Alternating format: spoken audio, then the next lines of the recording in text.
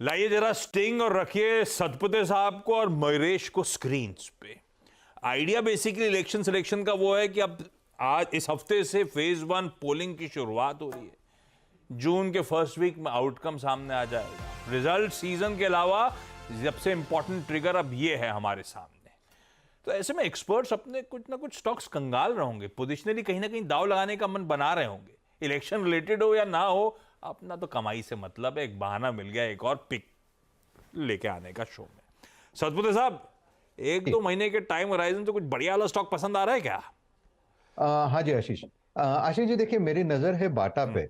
क्योंकि मुझे लगता है कि ऐसे मार्केट में थोड़ा कॉन्ट्रा ट्रेड जहां पे करेक्शन खत्म हुआ है या वन बाउट ऑफ सेलिंग, एक जो पहला सेलिंग है वो एब्सॉर्ब हुआ है, वो है बाटा। मेरे हिसाब से यहाँ पे बॉटम लग चुका है। 1350 के ऊपर बाटा हम बाय करेंगे।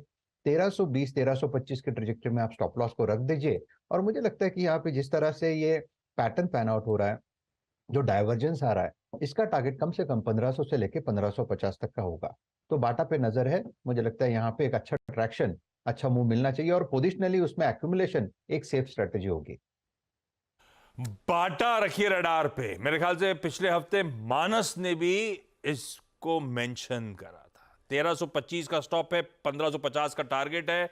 मयूरेश, आप लोग के रडार पे कुछ इलेक्शन रिलेटेड या any which way positionally attractive idea?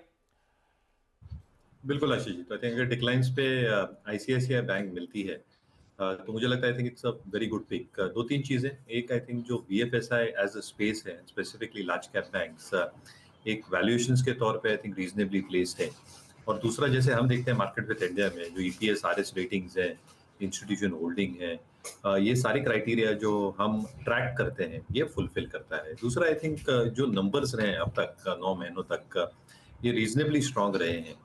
और ये उम्मीद यही है कि at some point of time जिससे रेट कट का भी सिलसिला स्टार्ट होगा in the second half of this calendar year, quantum of rate cuts is still a dispute globally and locally as well, but at some point जब start होगा तब NIMs and spreads should start reverting back to mean. और इसलिए second half की जो earnings recovery ये वित्त वर्ष की रहेगी, ये बहुत शानदार रह सकती है। तीसरा, आई थिंक जो प्रोविजनिंग है बुक्स के ऊपर, ये एडिक्वेटली प्रोवाइडेड फॉर है।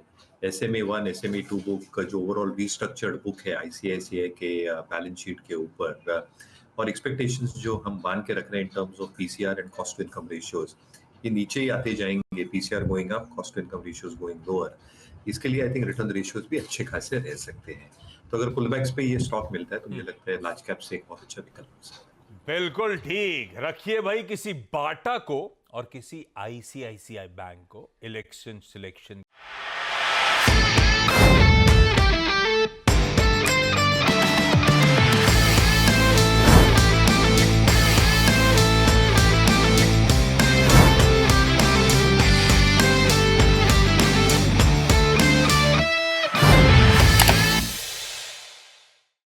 बता दें कि मनी कंट्रोल पर दिए गए विचार एक्सपर्ट्स के अपने निजी विचार होते हैं।